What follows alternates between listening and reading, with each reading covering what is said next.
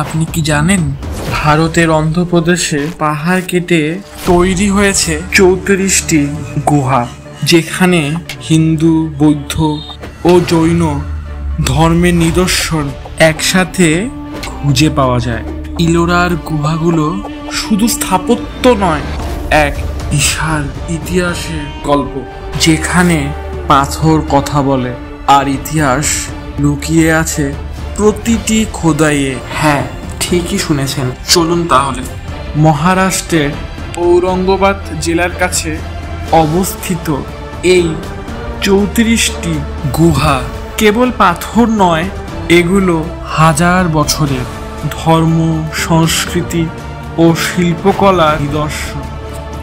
12টি বৌদ্ধ গুহা, গুহা নাম্বার 1 থেকে 12, খ্রিস্টীয় 6ষ্ঠ থেকে 7ম শতাব্দীর মধ্যে নির্মিত। এখানে বৌদ্ধ ভিক্ষুদের মঠ, উপাসনা স্থল এবং ধ্যান করার ঘর রয়েছে। বিশ্বকর্মা গুহা হলো সবচেয়ে বিখ্যাত বৌদ্ধ গুহা।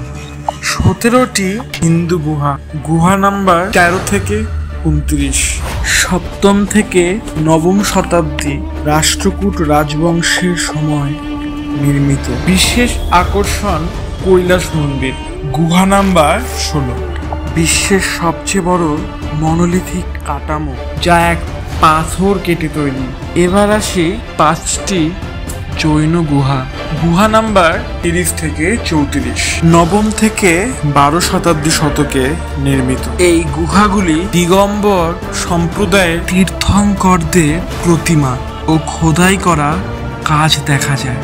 শুধু ধর্মীয় গুরুত্বের জন্যই নয়, বরং প্রাচীন ভারতের সংস্কৃতি, রাজনীতি এবং দৈনন্দিন জীবনযাত্রার এক ঝলকও প্রদান করে।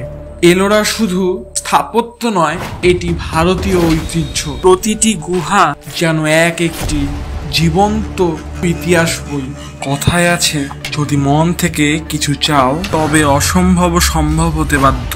প্রাচীন ভারতে শুধু সংস্কৃতি নয়, স্থাপত্য এবং কল্পনা শক্তিতেও ছিল বিশ্বের সেরা।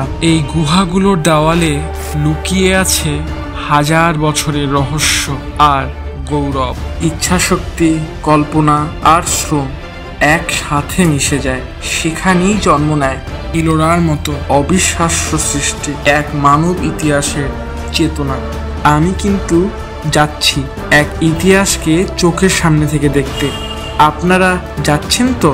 ভালো থাকবেন, আনন্দে থাকবেন। হ্যাঁ, অবশ্যই সাবস্ক্রাইব করবেন।